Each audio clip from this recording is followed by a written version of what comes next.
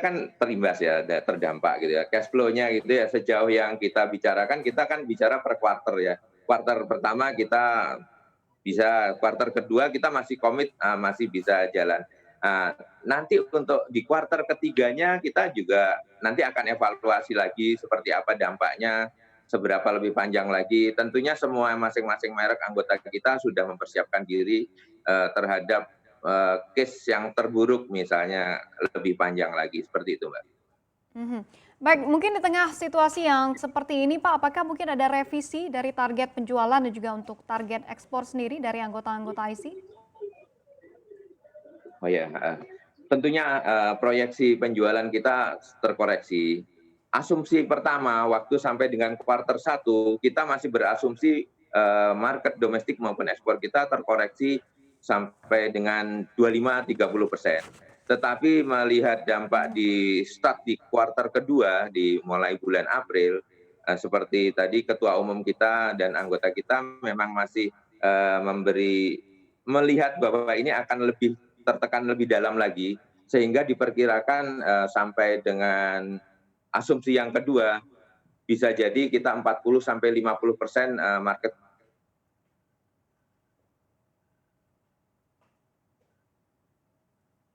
Juni, sehingga nanti kita bisa memberikan evaluasi lebih tepat lagi. Tapi sampai hari ini kita perkirakan memang sampai dengan 50% lah maksimal terdampak untuk target penjualan tahun 2020 yang sebelumnya 6,4 juta domestik dan 1 juta unit untuk ekspor. 50 Mhm. persennya akan terkoreksi untuk tahun ini. Itu Mhm. dengan asumsi yang saat ini eh, terjadi seperti itu, Mbak. Mhm.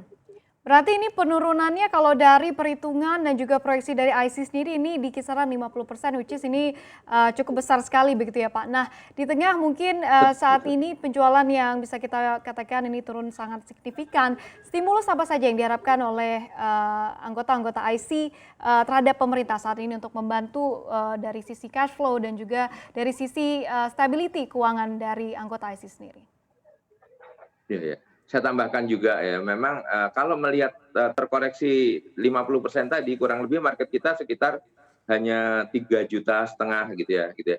Itu sama dengan kita itu mundur 15 tahun lalu. Jadi sekitar tahun 2004 itu penjualan kita 3,8 juta. Jadi betapa besar impact-nya terhadap industri sepeda motor karena bisa mundur 15 tahun seperti itu ya.